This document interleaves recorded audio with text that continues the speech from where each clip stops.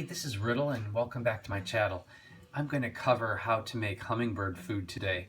I did it wrong for years, but I finally nailed it this season. And it's just so cool to have these consistent, beautiful little beings around your environment and to be able to look out the kitchen window instead of looking at nothing, always seeing this fun, constant, colorful activity of these magical little hummingbirds. So there's a couple things I want to cover with this. Number one, you use just plain sugar. Don't get creative. It can really, mess up the process. Two, I've put a little spin on this because what I noticed was because of the sugar and the water and other things, it's a prime environment for mold. And you don't want the hummingbirds to have contaminated water. So it's really important that you sterilize your actual hummingbird containers when you take them down when they're empty or before you fill them. Using a little bit of vinegar, white vinegar, and some boiling water will help. Now be careful if you're using boiling water on plastic, of course, because it could melt it. So beware of temperatures, but at the minimum, the white vinegar will help reduce the mold spores dramatically. So it's very simple. You do 1 part sugar to 4 parts water. And what I was doing wrong was I was mixing this, but I wasn't boiling it long enough. You really got to get a good strong boil on it so the sugar and water turn into an actual syrup.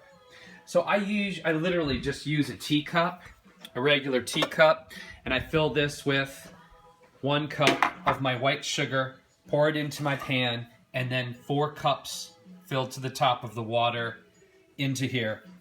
But I've put a little spin on this today.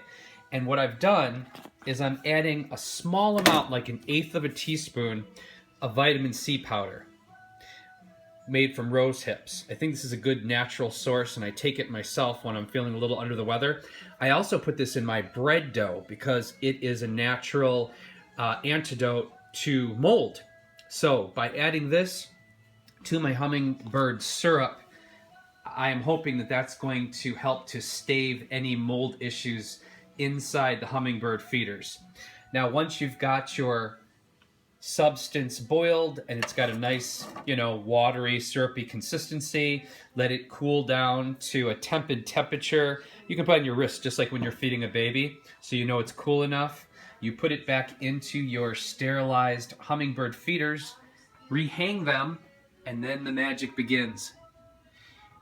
If you decide to have hummingbird feeders, don't go about this lightly because you are really committing to something. Because once you hang these feeders, the birds will identify them as a source of food, and then they could design nests and habitat close to them. And then if you cut the food source off, they could really be in trouble if they don't have other sources of food.